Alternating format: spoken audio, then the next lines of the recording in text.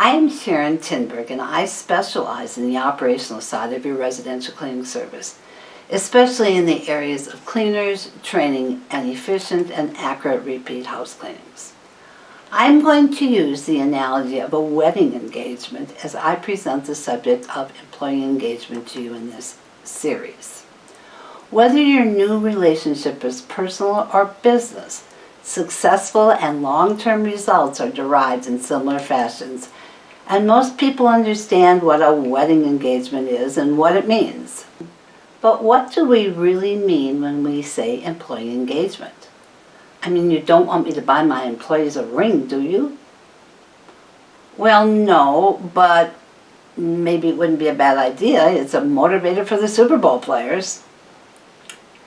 And when does engagement really start? In both examples, a serious commitment has been made. In a marriage engagement, both the person asking for a commitment and the person being asked commit to loving and serving their partner forever, and it is assumed the engagement will eventually, someday, turn into a marriage. In a new hire engagement, both the owner offering the job and the person accepting the job commit to making this the best working relationship ever, and both parties agree to do whatever is necessary to ensure both parties are very successful, both financially and emotionally, for the life of the company. It is also assumed the new hire will someday be part of the management team.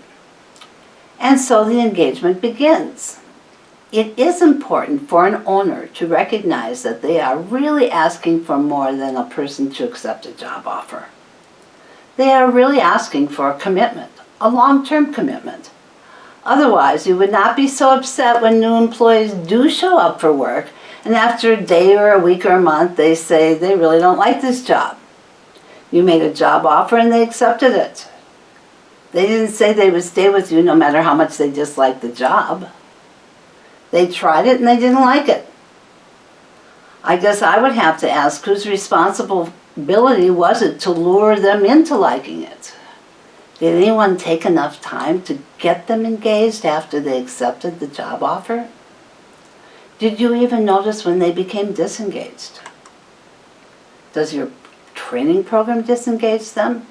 At what time do they leave? Did you chat with them about your expectations regarding their level of commitment before the engagement began?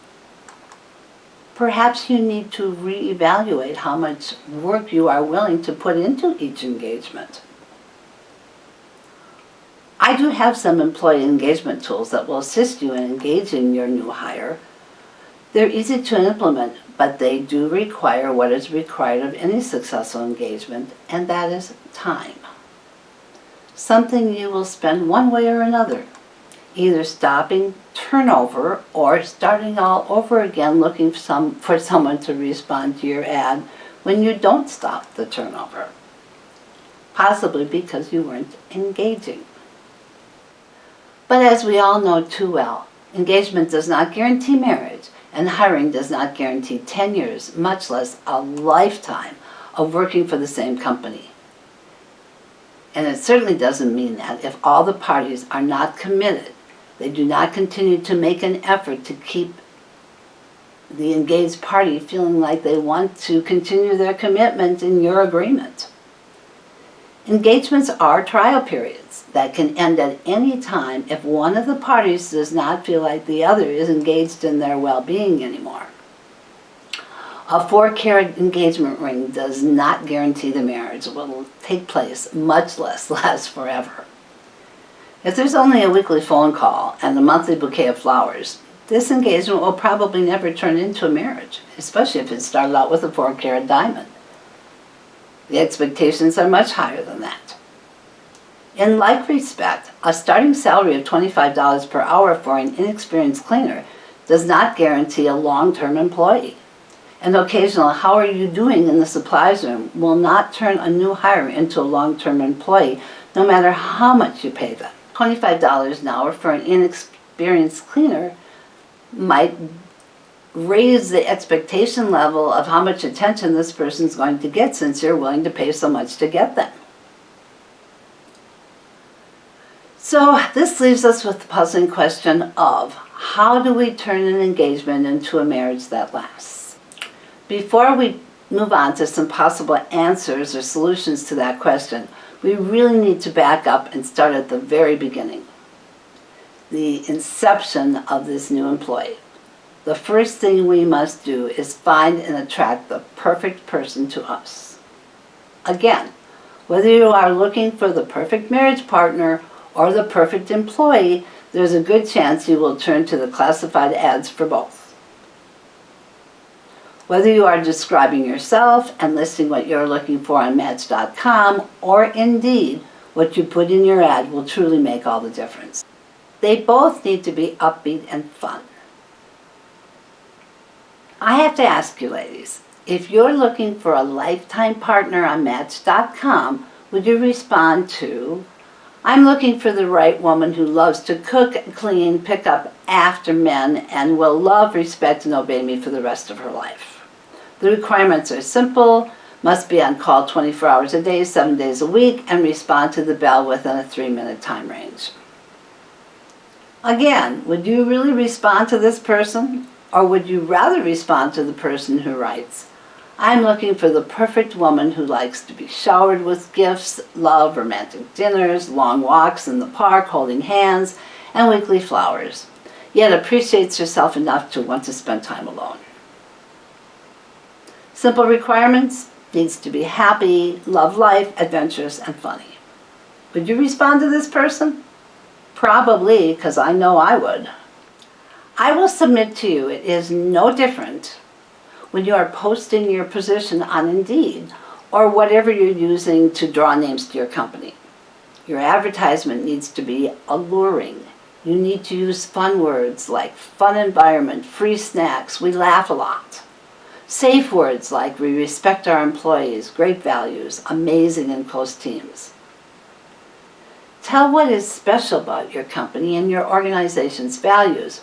But more than that, describe in detail all the amazing things your reader will receive if they just pick you to respond to. If you can't or aren't alluring them into engagement at this time, you need to stop right now and fix your ad.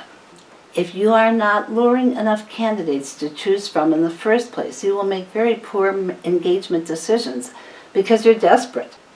Put enough bait out there that you lure in enough fish that you can throw the bad ones back in the water. If your bait is not enough, you'll end up in divorce court and it'll break your heart. If you're not putting enough bait out there, you might need to up your game. You're not going to catch the best and largest flounder if you are still using worms, but the line right next to you is dangling fresh shrimp. If you want a commitment out of the best, you need to be offering the best. Other than full-time or part-time, weekends or not, evenings or not, your applicant pretty well knows what their job description is going to be. Don't waste words and space on that. What you need to tell them is what you have that they might be looking for, especially in a tight employee market. I'm not going to include any employment ad here because there are tons of examples on Indeed, ZipRecruiter, Monster, any of those. Read 10 or 20 of them and take the best parts of all of them and put them together if those parts describe your company. Don't copy it word for word. That's plagiarism. Don't go there. Be careful with that. Between today and my next video in this series, please take a look at your classified ad and see whether or not it's alluring. Would you respond to it? Also, be sure that your bait is competitive and with those posting in your industry, in your area. If you're advertising dollars per hour and everyone else is as well, you might want to take a look at advertising dollars per week. It'll look like more. But then you need to be sure that you can guarantee the hours that will substantiate that weekly salary. Many cleaners have been lost because they wanted and needed to work more hours and they simply weren't available.